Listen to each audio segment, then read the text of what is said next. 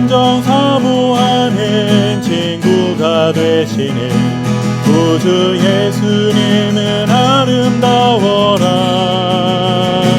산 밑에 백합화요 빛나는 새벽별 주님 영원하게 라주옵도다. 내 맘이 아플 적에 그 위로 되시며 나 외로울 때 좋은 친구라.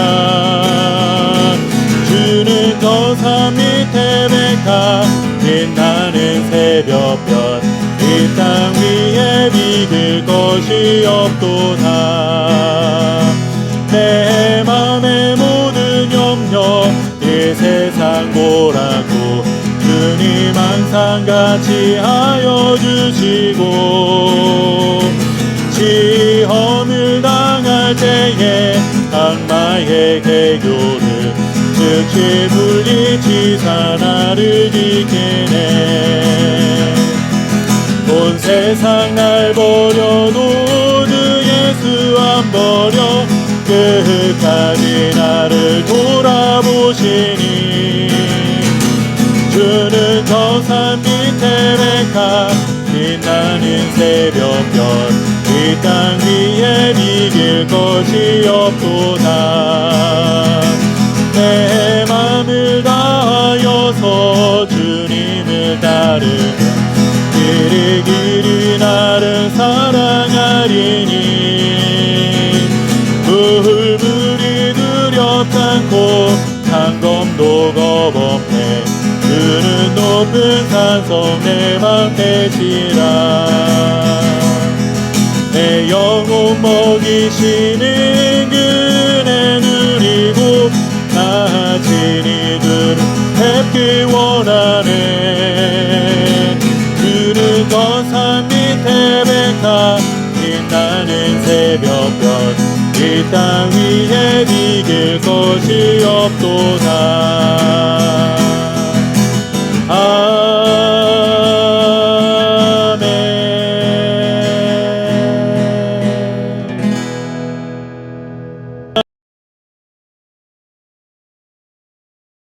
여호와께서 자기를 위하여 야곱 곧 이스라엘을 자기의 특별한 소유로 택하셨음이로다. 내가 알거니와 여호와께서는 위대하시며 우리 주는 모든 신들보다 위대하시도다. 아멘. 예전에 어르신들이 즐겨 부르시던 노래 중에 하숙생이라는 노래가 있습니다. 인생은 나그네 길 어디서 왔다가 어디로 가는가 라는 가사로 노래가 시작하고 있죠. 이 노래도 그렇고 인생이라는 주제로 만들어진 노래들이 참 많이 있습니다.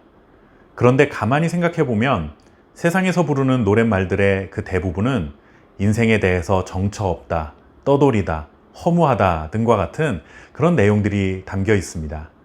솔직히 긍정적인 묘사들은 아닌 경우가 많죠. 처음에 말씀드린 하숙생이라는 노래도 그렇습니다. 인생은 어디서부터 와서 어디로 갈지 모르고 그냥 바람에 떠다니는 구름처럼 흘러가는 것이라고 노래합니다. 그러나 성경은 우리의 인생을 그렇게 말하지 않습니다. 물론 성경에서도 우리의 인생을 나그네와 같다라고 말합니다. 그러나 성경에서 말하는 나그네와 같은 인생은 대중가요 유행가에서 나오는 의미와는 완전히 다른 것이죠. 성도는 이 세상에서 나그네와 같이 산다는 것은 이 세상에서의 삶이 전부가 아니라는 것을 말할 뿐만 아니라 돌아갈 목적지가 따로 존재하고 있다는 의미가 담겨 있습니다. 우리는 이 세상에서 나그네와 같이 영원히 정착하는 삶을 살아가서는 안 되는 것이죠. 이 세상이 우리 인생의 영원한 목적이 되고 삶의 이유가 되어서는 안 된다는 것입니다. 언젠가는 반드시 돌아가야 할 영원한 목적지가 따로 있습니다. 그것은 바로 하나님의 나라, 천국입니다. 우리 그리스도인들은 천국이라는 분명한 목적지를 향해 한 걸음 한 걸음 다가가는 나그네인 것이지, 대중가요에서 노래하는 것처럼 갈 곳이 없어서 정처 없이 떠도는 나그네가 아니라는 것을 기억해야 하는 것이죠. 저와 여러분은 어디로 가야 할지 정해져 있는 나그네입니다. 그런데 이렇게 나아갈 곳이 분명하지만 그 이전에 우리가 한 가지 기억해야 할 중요한 사실이 있습니다. 그것은 내가 어떤 존재인가 하는 것을 먼저 깨달아야 합니다. 과연 우리는 어디로부터 시작된 존재인지를 분명히 알아야만 앞으로 나아갈 방향이 보이기 시작한다는 것이죠. 오늘 시편에서 시인은 우리의 정체성에 대해 이렇게 말합니다. 여호와께서 자기를 위하여 야곱 곧 이스라엘을 자기의 특별한 소유로 택하셨음이로다. 하나님께서 우리를 특별한 자신의 소유로 삼으신 존재라는 것입니다. 이 넓은 세상의 크기와 비교한다면 솔직히 나라는 존재는 정말 먼지보다도 작은 존재에 불과합니다. 그런데 그런 보잘것없는 나를 하나님께서 자신의 특별한 소유로 선택하셨다고 고백합니다.